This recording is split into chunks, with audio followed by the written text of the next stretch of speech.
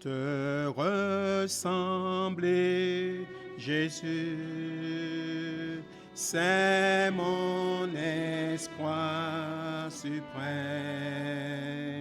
Penser, agir, aimer, toujours plus comme toi, te ressembler, Jésus, c'est mon espoir suprême.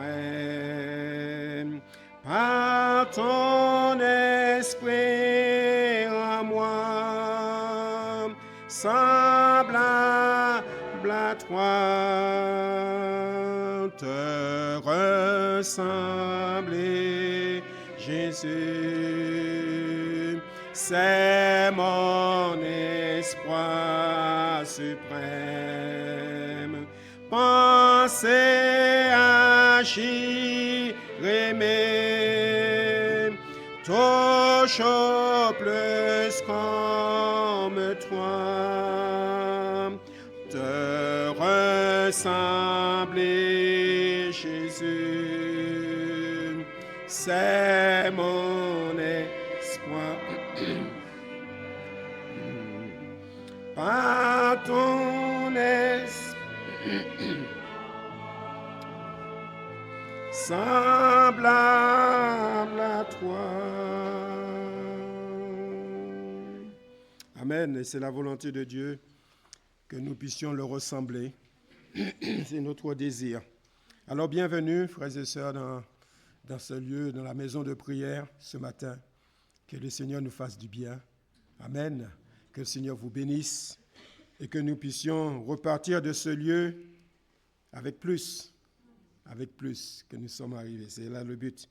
C'est de toujours apprendre et le Seigneur a toujours quelque chose à nous donner. Donc nous voulons aussi saluer peut-être ceux qui nous suivent en vidéo ce matin. Et c'est ce que je voudrais vous dire aussi, frères et sœurs, vraiment de penser à nos frères et sœurs qui passent par des moments difficiles dans la prière, qui ont besoin de la grâce de Dieu. Donc c'est vrai, nous savons, nous le connaissons, que nous devons prier tout le temps. L'enfant de Dieu, il fait de cela. C'est la prière, la louange, l'adoration. Alors nous voulons chanter donc de tout notre cœur ce premier cantique qui nous dit « Rédempteur adorable sur la croix attaché, traité comme un coupable, brisé pour mon péché. » Il est dit « Ton angoisse suprême, ta douleur, ton tourment me disent « Vois, je t'aime, parce que Dieu nous aime. » Amen.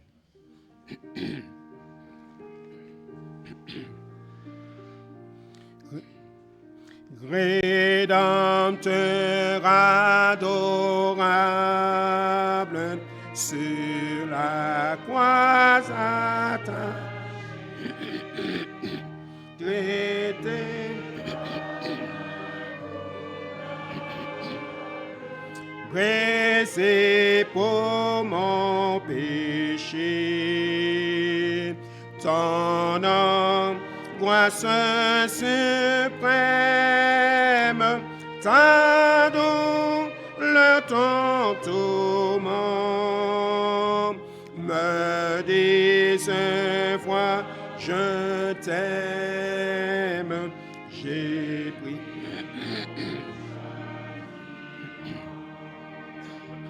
Abandonné du Père, dans mon âme troublée, buvant la coupe amère, portant d'équité de l'éternelle flamme.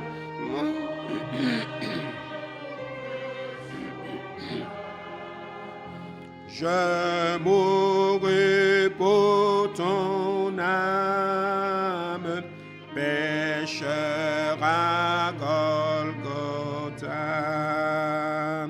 Le sang de mes blessures m'a la couronne de roi. Toutes ces meurtrissures, comprends-le, c'est pour toi. Jésus, et ta souffrance, j'ai porté ta langue, contemplant assurance ton grand libérateur. Ton amour te réclame, me voici, cher Sauveur. Prends mon corps et mon âme pour près de ta douleur. Oui, mon âme ravie, désormais ne veut plus ta vie, à ta gloire, ô Jésus. Amen. Nous voulons aussi chanter ce cantique, frères et sœurs, qui s'intitule « Mon Jésus, je t'aime ». Et en effet, que nous voulons l'exprimer non seulement avec les lèvres, mais du tout plus profond de nos cœurs, le dire comme nous l'aimons.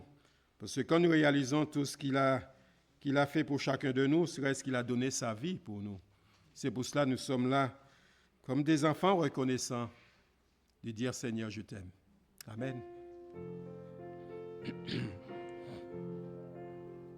Mon Jésus, je t'aime, je te sais à moi. Aucun chemin extrême me retient à toi. Les plaisirs du monde ne m'attirent plus.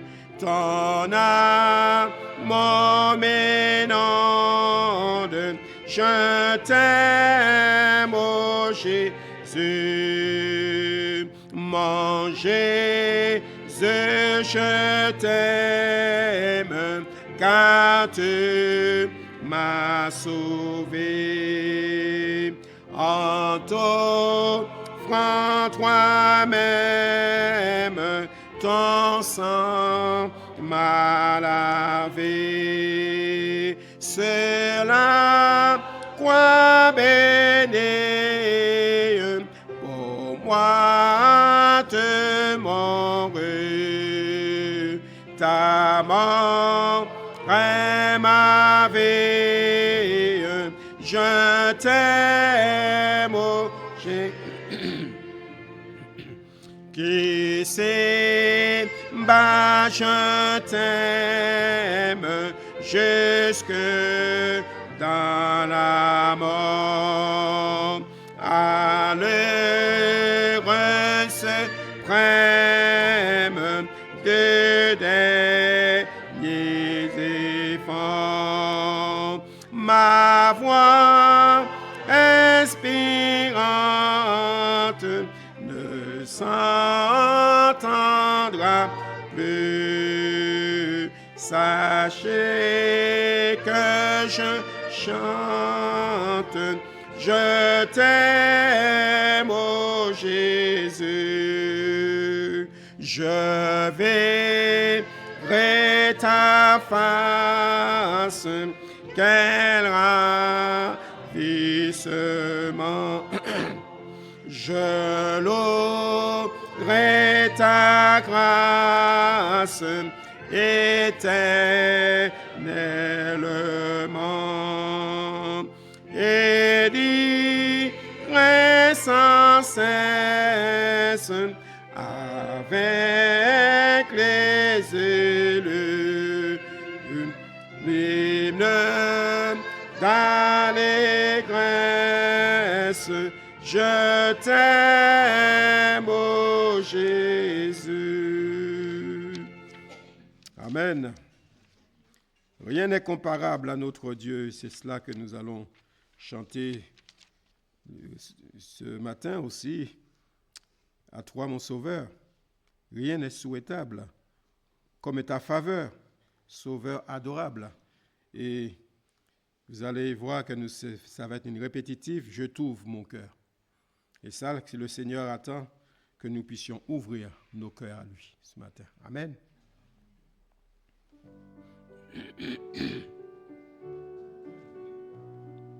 Rien n'est comparable à toi, mon Sauveur. Rien n'est souhaitable comme ta faveur. Sauveur adorable, je t'ouvre mon cœur. Rien n'est comparable à toi, mon céleste merveille, divine splendeur. Ce grand Dieu ne veille qu'à notre bonheur. Bonté sans pareille te touche mon cœur. Rien n'est comparable à toi.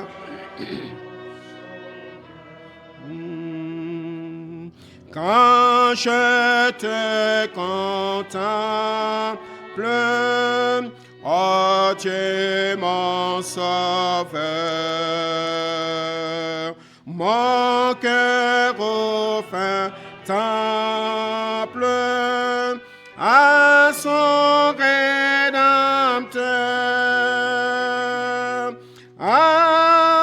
Amour sans exemple, je t'ouvre mon cœur.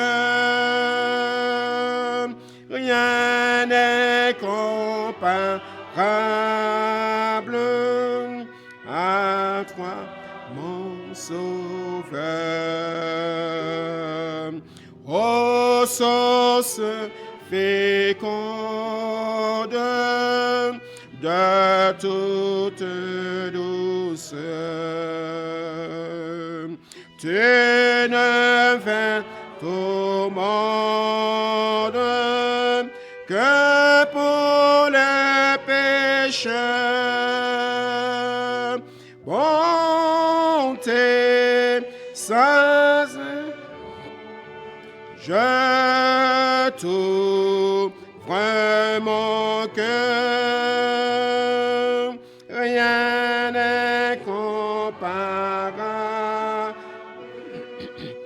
à toi, mon Sauveur.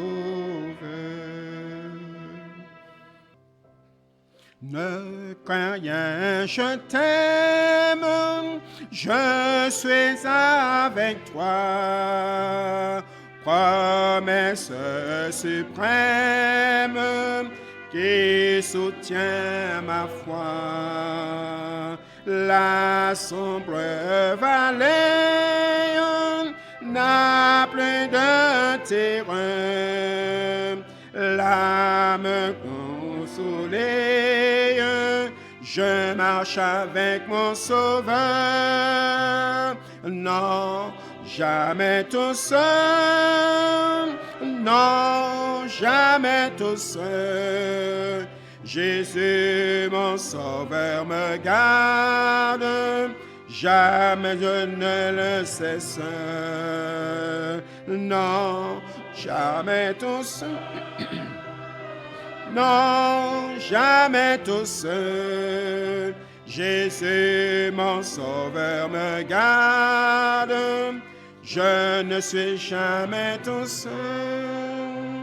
L'ombre matinière ne lui qu'au beau jour. Jésus, ma lumière, m'éclaire toujours.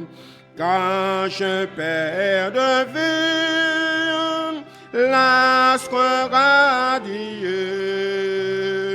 à travers la nuit, Jésus me prend de les cieux. Non, jamais tout seul. Non, jamais tout seul. Jésus, mon sauveur, me garde. Ne me laisse seul. Non, jamais tout seul. Non, jamais tout seul. Jésus, mon sauveur, me garde. Je ne suis jamais tout seul. Les dangers accourent, c'est l'inconnu. De près il m'entoure, plus près est Jésus, qui dans le voyage me redit c'est moi. Ne crains rien, courage, je suis toujours avec toi. Non, jamais tout seul. Non, jamais tout seul. Jésus, mon sauveur, me garde. Jamais ne me laisse seul. Non, jamais tout seul. Non, jamais tout seul. Jésus, mon sauveur, me garde.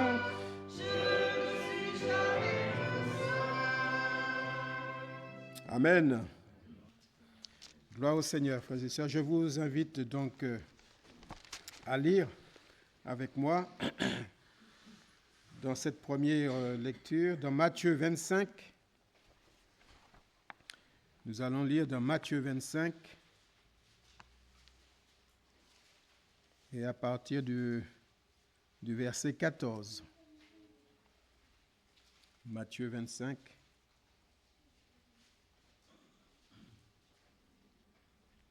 Et verset 14. Il en sera comme d'un homme qui, partant pour un voyage, appela ses serviteurs et leur remit ses biens. Il leur donna 5 talents à l'un, 2 à l'autre et 1 au troisième, à chacun selon sa capacité. Et il partit. Aussitôt, celui qui avait reçu les 5 talents s'en alla et les fit valoir, et il gagna 5 autres talents. De même, celui qui avait reçu les 2 talents en gagna 2 autres. Celui qui n'en avait reçu qu'un allait faire un creux dans la terre et cacha l'argent de son maître. Longtemps après, le maître de ses serviteurs revint et il leur fit rendre compte.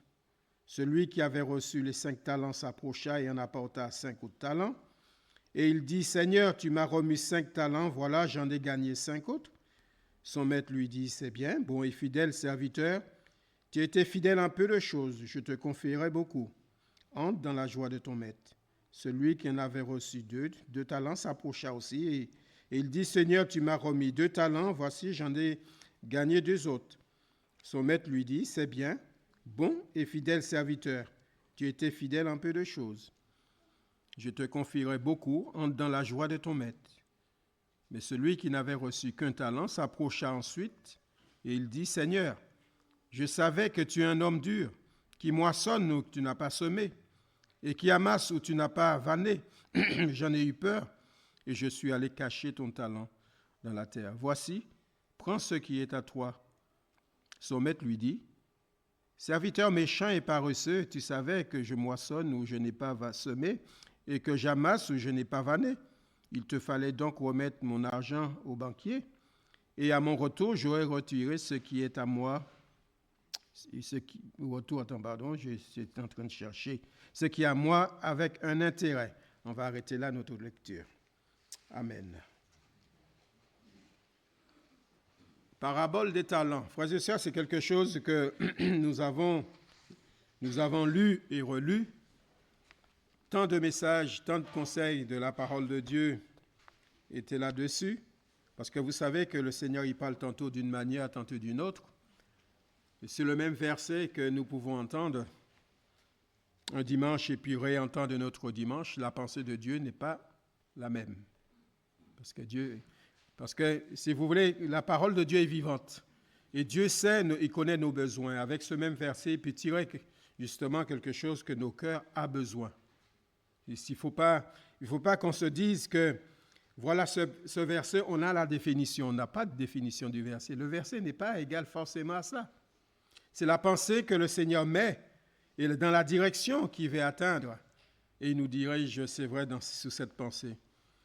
La parabole des talents, à travers cette image qui nous est donnée après, bien sûr, il y avait aussi ces paraboles des 10 vierges, cet appel à veiller et à prier pour que nous soyons prêts à partir avec l'époux.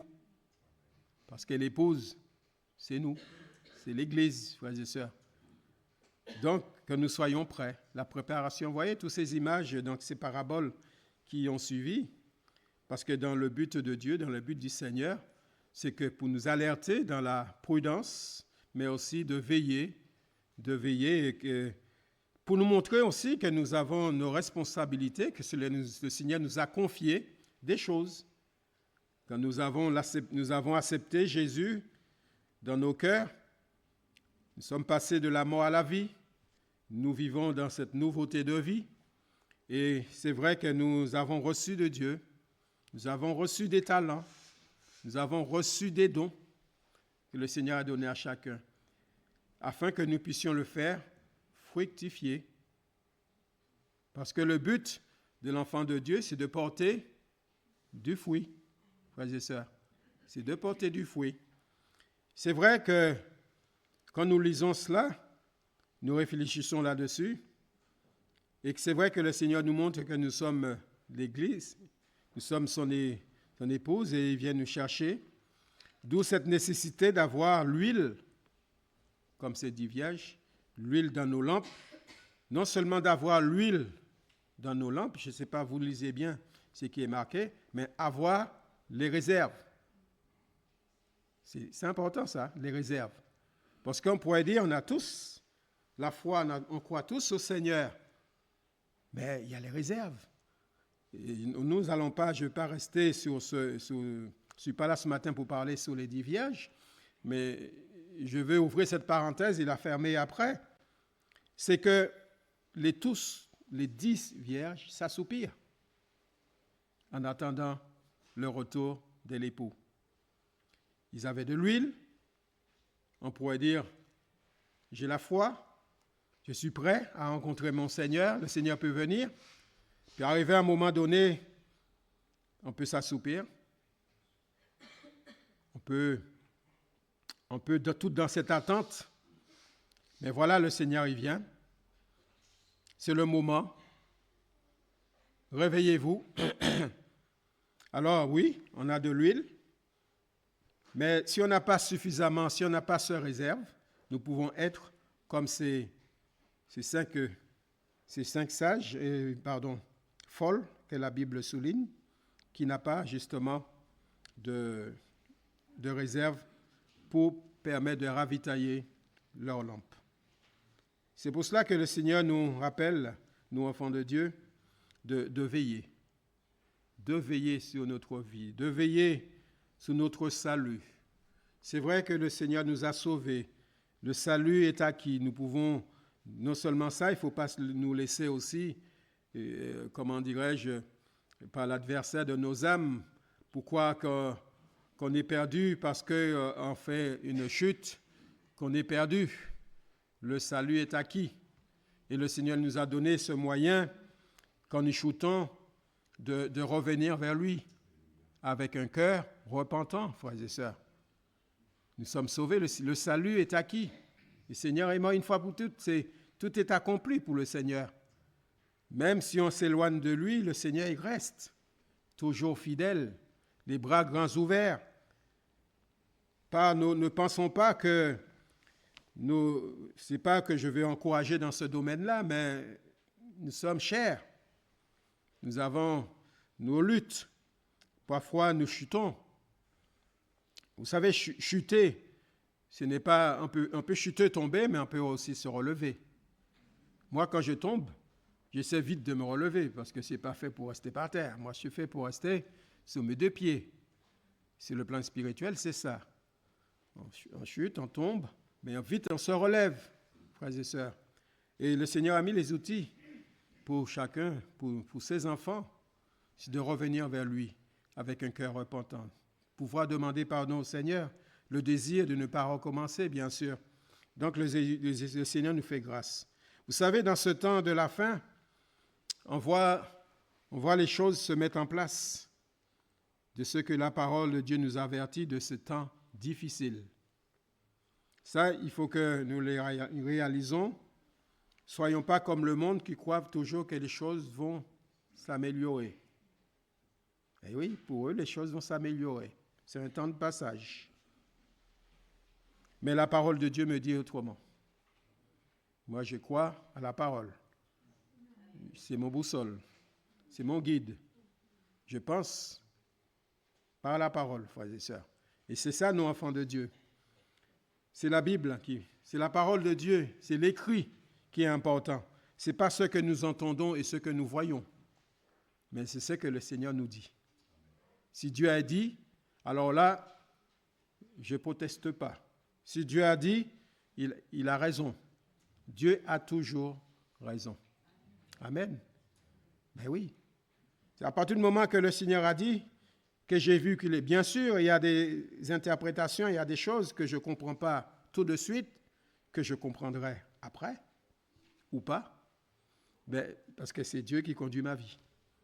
S'il veut me former sur la chose, il va pouvoir le faire. Par un frère, par une sœur, par un enfant. Vous savez, Dieu parle par divers moyens. Il parle la parole surtout qu'il parle. Donc ici, il est conscient de ce qui nous a été confié, chacun pour sa part, selon sa capacité, comme il est précisé. Chacun pour sa part. Parce que nous sommes différents. Nous sommes différents.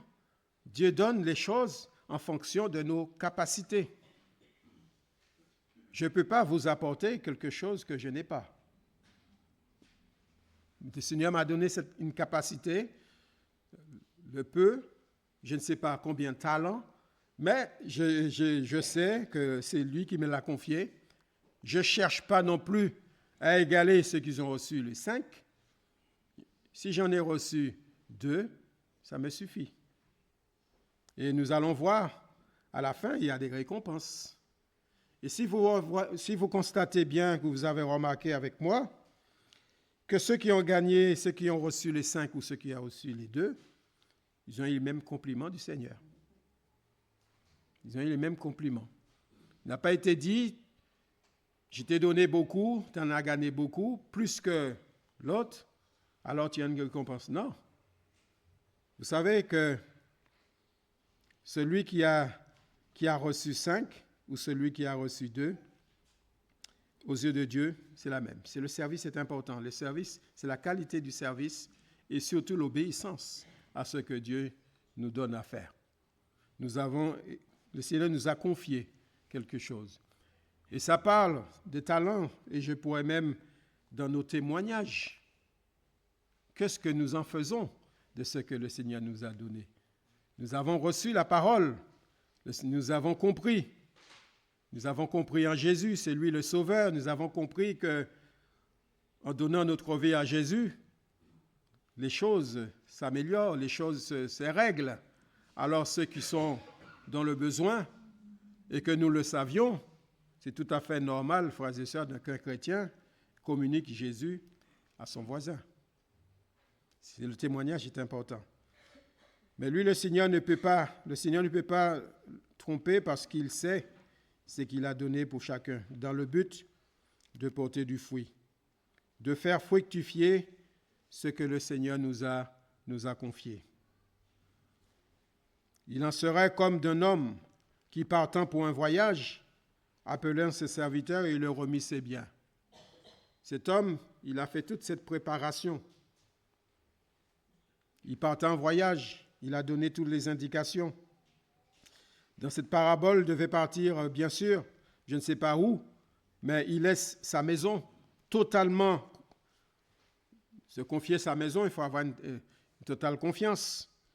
Il donne des responsabilités à chacun en leur montrant spécifiquement leur travail. Toi, tu dois faire ça. Toi, tu dois faire ça. Je te confiais ça, je te confiais cela. Quand le Seigneur nous confie quelque chose, il ne nous a pas confié autre chose, frères et sœurs.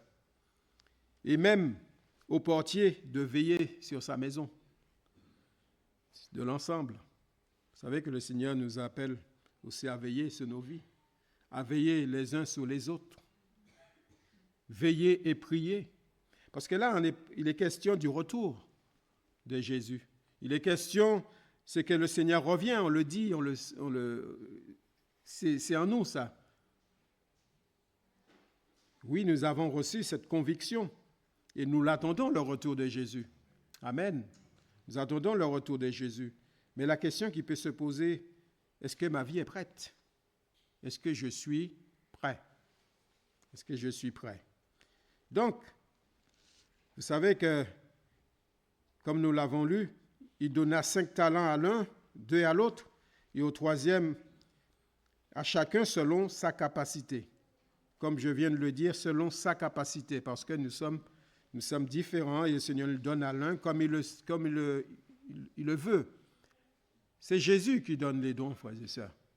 Il donne à qui il le veut. Ce n'est pas à nous de dire, moi j'ai ça, je vais ou s'auto-proclamer, être comme ceci ou comme cela. C'est le Seigneur qui donne. Si le Seigneur n'a pas donné, nous ne pouvons pas l'inventer. Il n'y a rien. Et celui qui l'invente, donc c'est un faux don. Vous savez, il y a le vrai, il y a aussi le faux. Et que c'est vrai que le Seigneur désire que nous puissions vraiment entrer dans ce service pour lui. Vous savez que nous sommes le corps de Christ, l'Église de Jésus-Christ, frères et sœurs. Et lui, il est la tête. Le Seigneur est la tête. Ainsi, nous qui sommes plusieurs, comme dit la parole de Dieu dans Romains 12, verset 5, nous formons un seul corps en Christ et nous sommes tous membres les uns des autres. Un seul corps et plusieurs membres. Et plusieurs membres. Tout en étant ce corps et formant plusieurs membres, nous avons des fonctions différentes, mais indispensables et complémentaires. Indispensables et complémentaires.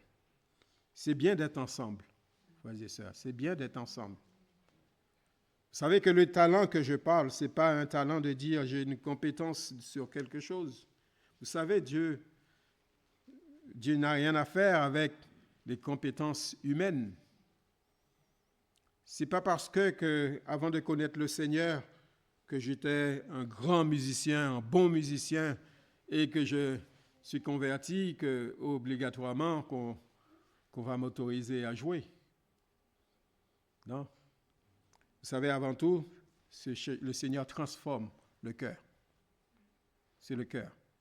Devant toute, on est sous l'instrument, je continue là-dessus, devant chaque instrument, c'est important de celui qui est derrière. C'est important de celui qui est derrière parce que pour nous chrétiens, c'est quelqu'un qui est né de nouveau et qui sert de ce moyen pour glorifier son Seigneur. Donc le Seigneur a donné des dons spirituels à l'Église Nous trouvons ça dans Corinthiens chapitre 12, vous le connaissez bien. Et c'est vrai que vous êtes ses membres, comme il le dit, chacun pour sa part. 1 Corinthiens 12, verset 28.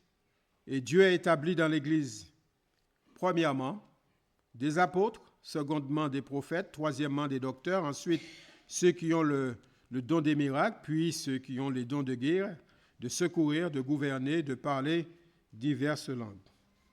On pourrait dire, mais pourquoi et dans quel but? Eh bien, nous le trouvons la réponse dans la parole, bien sûr.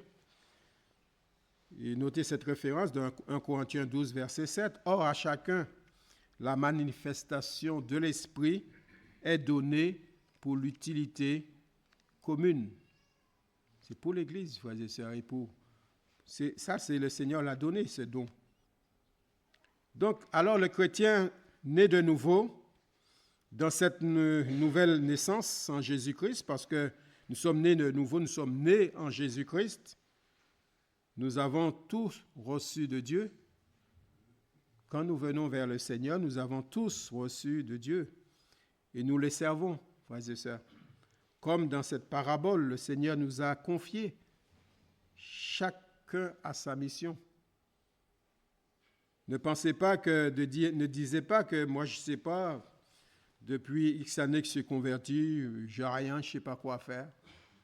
Non, c'est reste ce matin, vous êtes là, vous servez le Seigneur. Ben oui, par votre présence. C'est important, frères et sœurs. Par votre présence, parce que vous êtes des adorateurs. Vous avez loué le Seigneur, vous l'avez adoré ce matin. Nous sommes des adorateurs. C'est vrai que pour nous, ça peut avoir peu de valeur. Nous ne le voyons pas forcément. Nous ne voyons pas forcément. Aussitôt, celui qui a reçu les 5 talents s'en alla, les fit valoir. Et il gagna 5 autres talents. De même, celui qui avait reçu les 2 talents en gagna 2 autres. Et celui qui n'avait reçu qu'un alla faire un creux dans la terre et cacha l'argent de son maître. Pour nous donner un peu la valeur de ces monnaies, c'est juste pour nous informer, en monnaie grecque, un talent est égal à 6000 drachmes. Un drachme est égal à un denier romain et un denier égale le salaire d'une journée d'un ouvrier. Ce que nous pouvons constater, qu'ils n'avaient pas reçu les mêmes quantités. Et ça, je le reprends, en valeur égale. Ne cherchons pas à comparer les services. Ne cherchons pas que le service que le Seigneur nous a confié, dans le nombre, dans la quantité, etc. Le Seigneur a donné à l'un, il a donné à l'autre. Peut-être il a donné plus à nos yeux, mais le Seigneur a donné, tout simplement. Donc, j'ai envie de le mettre, je l'ai noté, donc je vais le dire quand même. Ne cherchons pas ni de se jalouser. Ce qui compte, et cette question qui se pose, frères et sœurs, ce matin, qu'est-ce que nous en faisons de ce que le Seigneur attend de chacun de nous? Ce que le Seigneur nous a confié, qu'est-ce que nous en faisons? Vous savez, quand je travaillais, avant de partir, et ma prière, c'était comme cela, Seigneur, permets en cette journée que je puisse rencontrer une âme, que je puisse témoigner de toi. Et parfois, le Seigneur répondait à ma prière. Il mettait une âme devant moi, mais j'étais bloqué. J'avais honte. Je le dis franchement, j'avais honte. Parce que c'était tellement, qu'est-ce que je vais dire, que je devais faire. Mais le Seigneur m'a bien montré que, voilà, tu m'as demandé, je te mets une âme devant toi, qu'est-ce que tu en as fait? Tu n'as rien fait, tu l'as laissé partir, ou tu n'as pas saisi l'occasion que je t'ai donnée. Bien sûr, on regrette. Bien sûr, on se met devant le Seigneur, on dit, pardon Seigneur, regarde, je ne suis pas digne de toi. Je t'ai te prier et tu me donnes une âme. Mais c'est des leçons, frères et sœurs. C'est des leçons. Le Seigneur m'a montré, il m'a dit, tiens Jean-Claude, toi, tu n'as rien. Hein, devant une âme. Et voilà cette leçon que le Seigneur m'a montrée et j'ai pu avancer là-dessus. Quand j'ai demandé au Seigneur de cette occasion, et après, je vous dis que j'ai saisi l'occasion. Je saisis toute occasion que le Seigneur me donne. Bien sûr, il faut l'équilibre, frères et sœurs. Il faut l'équilibre. Il ne faut pas portuner les gens. Mais si le Seigneur nous met en pensée qu'il faut aller avancer vers cette personne et témoigner, eh bien, nous devons le faire. Nous devons le faire. Ne pensons pas à ce qu'il va nous dire, comment il va nous envoyer, parce que ça aussi s'est passé comme ça. Il y en a, mais qu'importe. Je me rappelle quand j'étais plus jeune, quand on évangélisait dans les rues, eh bien, parfois on tombait sur des personnes gentilles qui acceptaient, bon, on va dire gentilles, mais parfois je tombais sur des personnes qui me regardaient d'en haut, la tête d'en haut. Vous savez, il y a des gens qui lèvent la tête, puis te regardent tout petit. Il m'a fait comprendre que j'étais tout petit. Enfin bref, petit à ses yeux, mais grands yeux du Seigneur. Eh bien, il m'a traité d'une façon. Eh bien, j'étais content. J'étais content parce que j'ai pu témoigner pour cette âme quand même. Il a pu entendre. Bonne journée, monsieur. Et au revoir. Mais il a entendu. Frères et sœurs, quand le Seigneur met une parole, si le Seigneur met ça sur notre cœur, c'est vrai qu'il y a la honte, il y a la timidité, il y a plein de choses que le ressenti, le sentiment de nos corps. Mais quand c'est pour le Seigneur, je le fais. Même si je prends des petits coups de bâton, ben je suis content. Parce que j'ai témoigné pour le Seigneur. Ça vous jamais fait cela? Quand vous témoignez dans une circonstance qui n'est pas facile, mais vous êtes content parce que vous avez travaillé pour le Maître. Amen. C'est ça l'importance, frères et sœurs. Donc, c'est faire la volonté de notre Seigneur. Je le reprends, bien sûr qu'il faut avoir cet équilibre. Il ne faut pas portiner les gens. Si la personne ne veut pas, il faut laisser le choix de l'individu de dire non, je ne veux pas. Respecter. Il ne faut pas sans arrêt le vouloir. Mais si nous préparons ce moment dans la prière, demander à Dieu cet équilibre que tout enfant de Dieu doit avoir, les choses vont bien se passer. Amen. Donc, le Seigneur nous a donné et nous donne tous des capacités pour agir. La marche vers le Seigneur dans cette nouveauté de vie, qui consiste, frères et sœurs, à progresser dans notre relation avec lui. Là encore, c'est important de progresser dans la relation avec notre Seigneur, dans l'obéissance à sa parole. C'est important cela. Le progrès évident, c'est obéir à notre Seigneur. Obéir à notre Seigneur, c'est obéir à la parole de Dieu. Bien sûr, il y a des choses dans la parole que nous ne comprenons pas, que je ne comprends pas. Quand je lis la Bible, il ne faut pas croire que je comprends tout ce que je lis. Non, mais je le fais. Je le fais et c'est pour cela, c'est important, avant même d'ouvrir la Bible, c'est de demander au Seigneur de nous guider. Et lui, il saura nous guider quand nous l'ouvrons la parole. Parce que la parole de Dieu, il est notre boussole, il est notre guide, il est notre référent. Nous ne pouvons pas nous échapper, nous ne pouvons pas le mettre de côté. Vaut mieux mettre tout le reste de côté et garder la parole. Et c'est la parole qui restera jusqu'à la fin. Hein?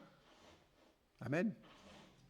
Et vous savez, si vous lisez votre Bible comme moi, hein, dans les églises, différentes églises, que le Seigneur fait des reproches. Il dit, vous avez gardé ma parole. Ben oui, reprocher sous ça. Mais le Seigneur peut nous reprocher aussi de certaines choses dans nos cœurs, dans nos vies. Voilà comment tu es, voilà comment que je te vois. Mais je désire que tu progresses. Je désire que tu laisses ça, mais tu prends autre chose.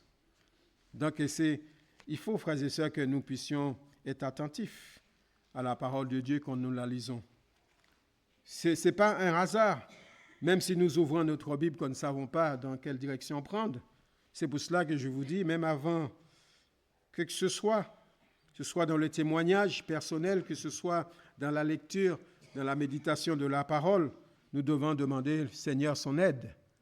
Nous devons prier, demander la direction à notre Dieu. Une parole saine, irréprochable, afin que l'adversaire soit confus, n'ayant aucun mal à dire de nous. Nous trouvons cela dans Tite, chapitre 2, verset 8. savez, le but, c'est cela. Parce que l'adversaire de nos âmes, qu'est-ce qu'il fait? Comment qu'ils attaquent les chrétiens? Eh bien, ils cherchent les failles. Ils cherchent une faille. L'attaque, c'est par l'endroit le plus fragile, sensible, les failles. Mais vous savez que même la parole de Dieu nous le dit, il rôde autour de nous comme un lion rugissant. Il rôde, il est là, il rôde. Mais il ne peut pas nous atteindre parce que nous sommes dans l'enclos protectrice de Jésus. Amen. Nous sommes protégés, frères et sœurs, quand nous restons dans le camp de Jésus, de Dieu. Il faut rester dans son camp. Je vous laisse imaginer avec un troupeau. Il est dans son enclos. Mais s'il passe de l'autre côté, il n'est plus en sécurité. C'est cela. Spirituellement parlant, nous devons rester du côté de Dieu et que le Seigneur nous garde dans son enclos en mettant cette image. Donc nous avons un comportement à avoir dans ce monde des ténèbres. D'abord, ne pas s'y conformer. La parole de Dieu, ne vous conformez pas. Il ne faut pas chercher à conformer à ce monde. Oui, mais il faut changer, comment on dit, mettant à la page, changer. Ça se faisait avant. C'était avant, maintenant, il faut évoluer, voilà, le mot évoluer. Un chrétien n'évolue pas dans ce monde qui vit. Un chrétien n'évolue pas. Nous restons dans la ligne de conduite que Dieu nous donne, frères et sœurs. C'est la parole de Dieu notre guide, je le redis encore une fois, c'est lui le chemin, c'est Jésus le chemin. Pourquoi voulons-nous prendre autre chemin que le monde nous propose? Non, c'est le chemin. Ne vous conformez pas, n'essayez pas d'imiter le monde non plus. N'apportez pas le monde dans la maison de prière, dans la maison de Dieu. C'est vrai? Parfois, n'oublions pas que Jésus a chassé tout ce qui ne devait pas être dans un temple. Ça montre cette image que vraiment, il y a des choses qui ne doivent pas être là dans la maison de prière. Et la maison de prière, c'est là où on trouve les enfants de Dieu qui prient. C'est qui prient et quand c'est dans la maison de Dieu que le Seigneur envoie sa bénédiction. Dans cette communion, dans cette unité des chrétiens qui prient. Le Seigneur est avec nous, frères et sœurs, parce que nous sommes là. C'est comme je disais, je ne sais pas si c'est ici que je le disais, le Seigneur est là parce que nous sommes là.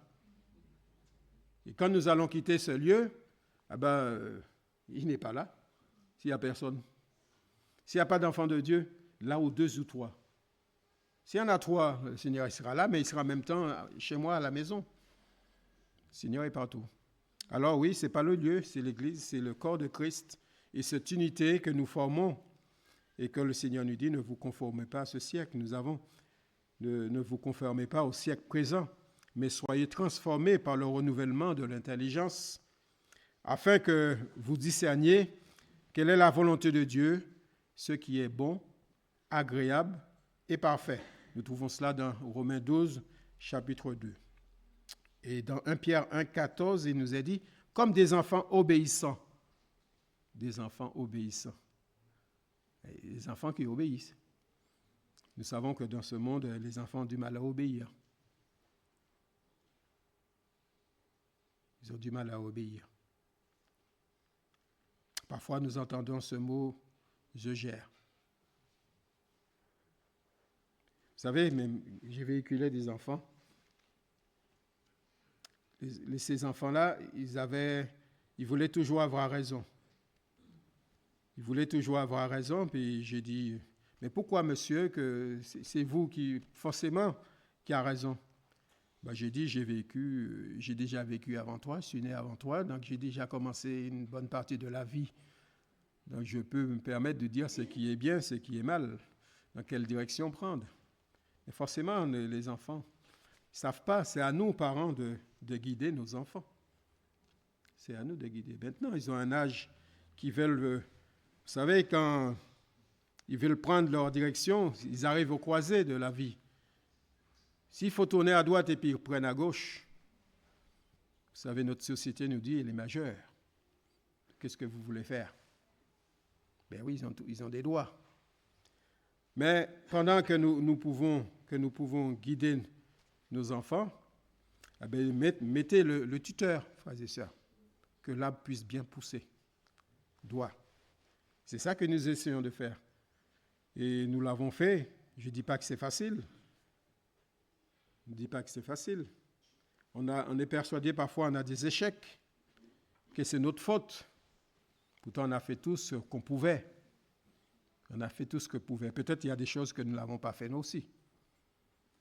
Mais, vous savez, il y a une chose, et je peux peut-être en parler cet après-midi, c'est que le Seigneur est aussi avec les enfants, avec les fils prodigues, celui qui revient vers lui. Même si nos enfants ont quitté ce lieu de sécurité, eh bien, notre Père Céleste, il a toujours les bras grands ouverts pour accueillir. Amen. Dieu, c'est ça. Ce qui caractérise Dieu, il est amour. Mais ça que nous devons entendre aussi, c'est que Dieu hait le péché, mais le pécheur, il aime. Il aime le pécheur. Frères et sœurs, et ses enfants, nous avons besoin aussi de revenir vers le Seigneur. Et moi, vous savez, pour ma vie, eh bien, je reviens vers Dieu souvent. Bon, je n'invente pas, ou je me perds toujours sur un terrain de culpabilité, mais ma conscience me dit, quand je fais quelque chose, ce n'est pas bien. Et si ma conscience me le dit, je ne tourne pas, je ne camoufle pas les choses. Je reviens vers Dieu et je répare avec mon Père. Amen. Donc, frères et sœurs, oui, le Seigneur est le péché, mais il aime le pécheur qui vient vers lui avec un cœur repentant. Vous savez que, comme il est dit, le psalmiste qui disait « L'Éternel est miséricordieux et compatissant. Il est lent à la colère et plein de bonté. » C'est ça notre Dieu. Il ne faut pas le mettre autrement.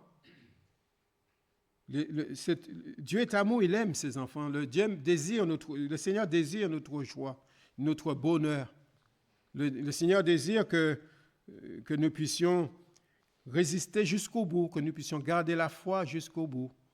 C'est pour cela qu'en attendant son retour, il met toutes ses clés, tous ses outils.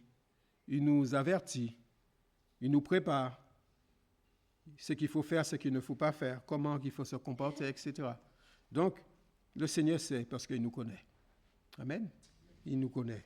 Donc, c'est vrai qu'il y a à rendre compte dans cette affaire-là, tout cela, parce qu'il a donné des talents à chacun, il a donné des dons, nous avons des capacités. Il faut pas, là aussi, il ne faut pas se laisser de dire on n'est rien. Quand on a Jésus, on a tout. C'est vrai que si on n'a pas Jésus, on n'est rien. C'est sans Jésus, on n'est rien. Sans Jésus, je ne suis rien. Avec Jésus, oui. Avec Jésus. Frères et sœurs, nous sommes plus des étrangers, comme dit la parole de Dieu. Nous sommes des enfants de Dieu. Nous sommes des enfants de Dieu. Et si nous sommes des enfants de Dieu, vous savez, Jésus est notre frère. C'est ça qui dit la parole. Nous avons les mêmes héritages que le Seigneur Jésus. Alors, rendre compte. Il nous est dit, nous l'avons lu, Matthieu 25, chapitre 19, longtemps après, le maître de ses serviteurs revint et leur fit rendre compte. Vous savez, nous devons rendre compte, frères et sœurs, vous savez, tous rendre compte. Vous savez aussi que dans Hébreux 4, verset 13, il nous est dit, nulle créature n'est cachée devant lui, mais tout est à nu et à découvert aux yeux de celui que nous devons rendre compte. Dieu voit tout. Moi, j'ai presque envie de dire que c'est comme un magnétophone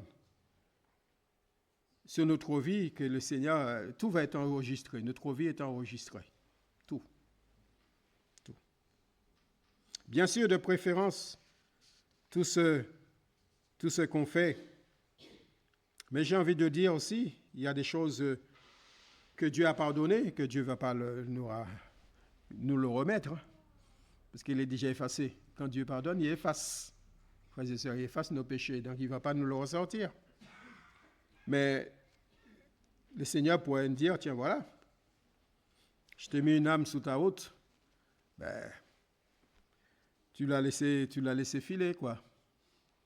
Ben oui, le Seigneur pourrait nous faire des petits reproches comme cela. Jésus revient chercher son Église. Il revient chercher son épouse. Ma vie est-elle prête? Ou ma vie est-elle fructueuse pour mon Sauveur? Sur ce qu'il m'a confié. On parle du fruit. Vous savez, dans la vie chrétienne, il faut parler du fruit. Et c'est important, frères et sœurs, de parler du fruit. Le fruit. Quand il y a le fruit, c'est un résultat d'un arbre. Non seulement la fleur, il ne faut pas que ça reste que de la fleur.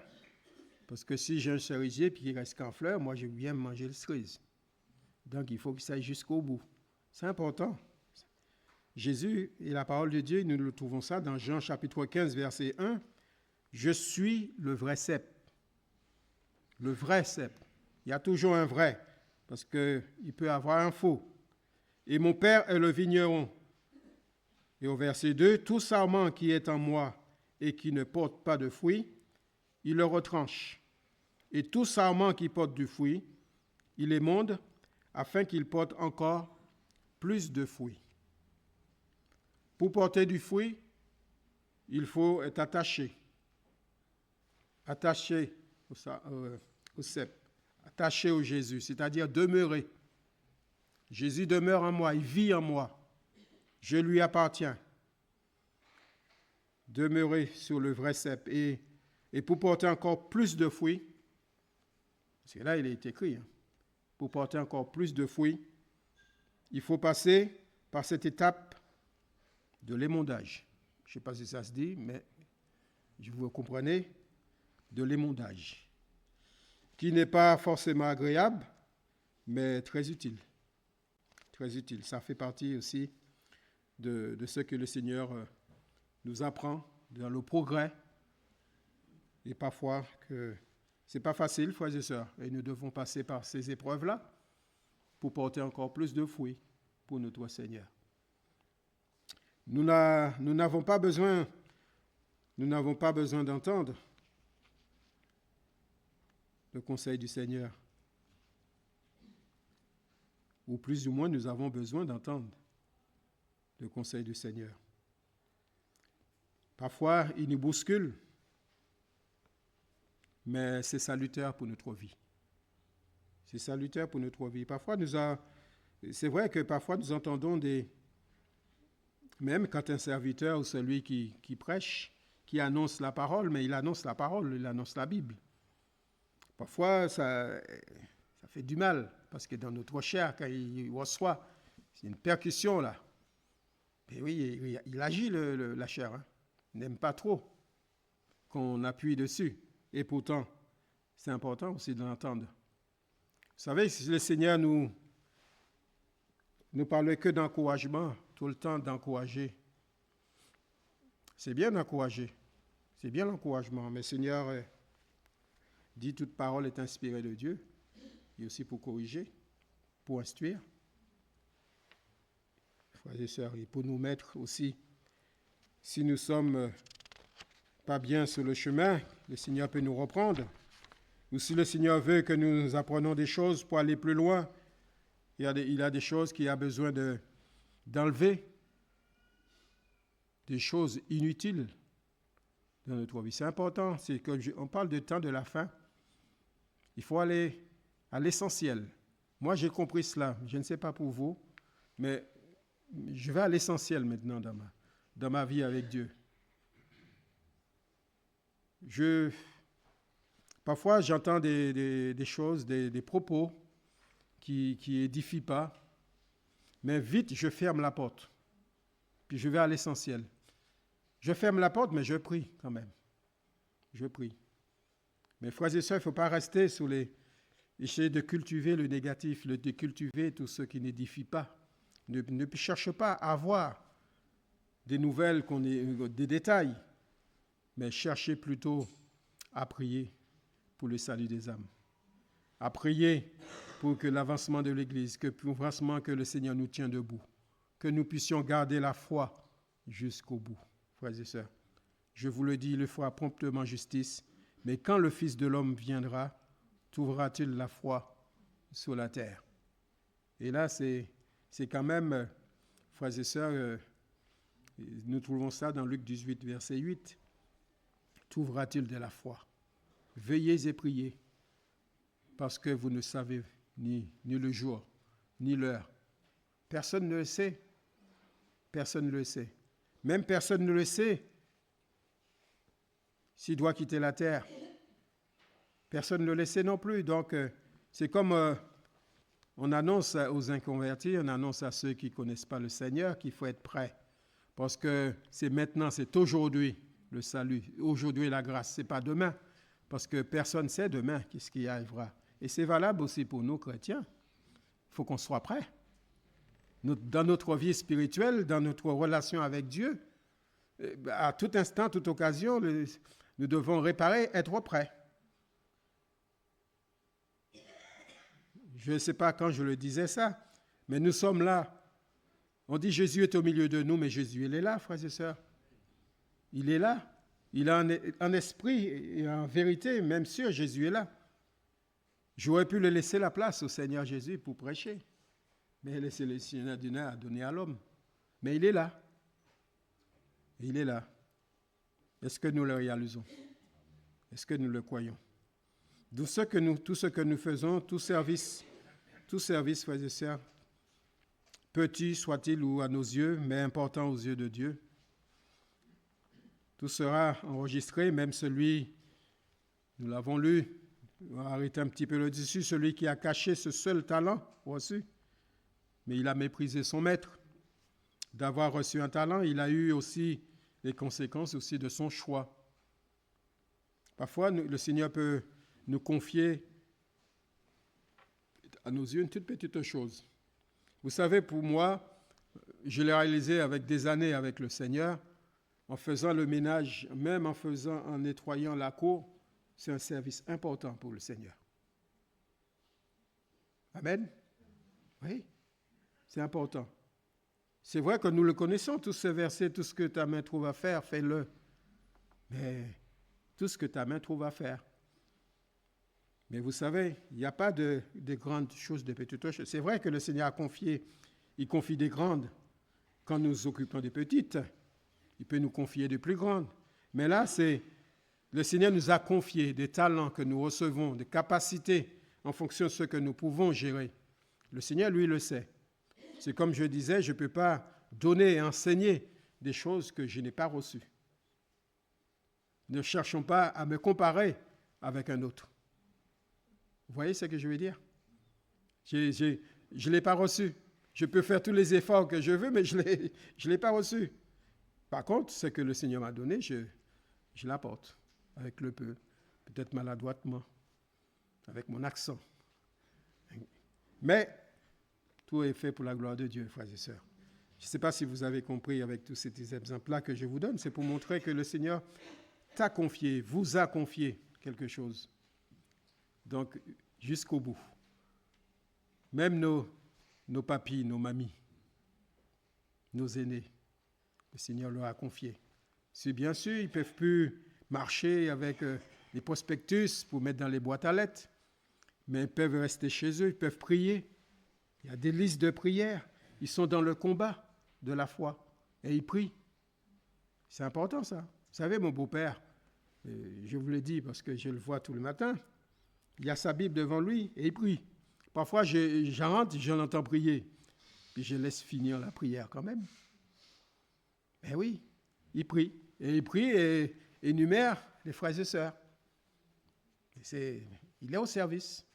Le Seigneur lui a confié. Il ne peut plus courir, mais par contre, il peut prier. Et ça, c'est important, frères et sœurs, c'est que le Seigneur demande. Ainsi, comme il est dit, sachant que vous recevrez du Seigneur l'héritage pour récompense, donc servez Christ, le Seigneur. C'est le Seigneur qu'il faut servir, pas un homme. Ne fais pas cela pour plaire à un homme, mais considérez que le Seigneur nous a confié quelque chose, c'est pour le Seigneur, c'est pour Dieu, c'est pour lui. Amen. Donc, qu'est-ce que je pourrais vous dire encore d'autre avant de nous séparer? Et je voulais laisser cette référence dans 2 Jean, chapitre 1, verset 8. il est dit, prenez garde à vous-même afin que vous ne perdiez pas le fruit de votre travail, mais que vous receviez une pleine récompense. Donc, prenez garde.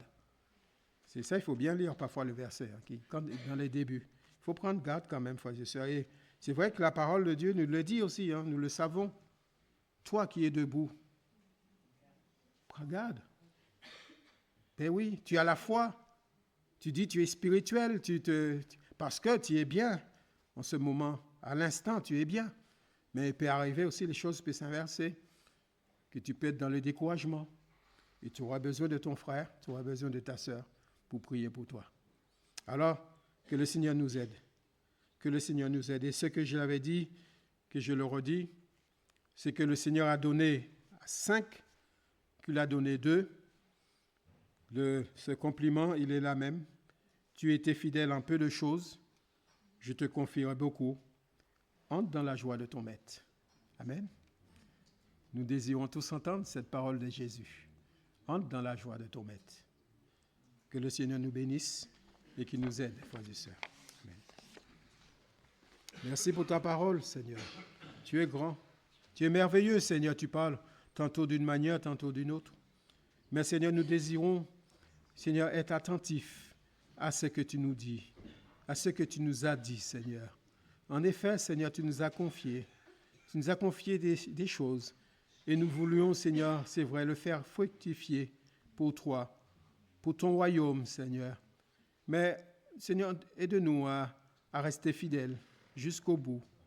Que nous puissions rester debout, que tu gardes notre foi en toi, Seigneur. Que vraiment que nous marchions avec toi de plus en plus, de progrès en progrès.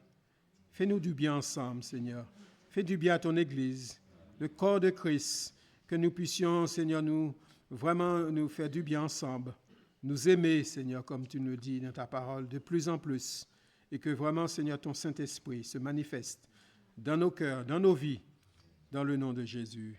Amen.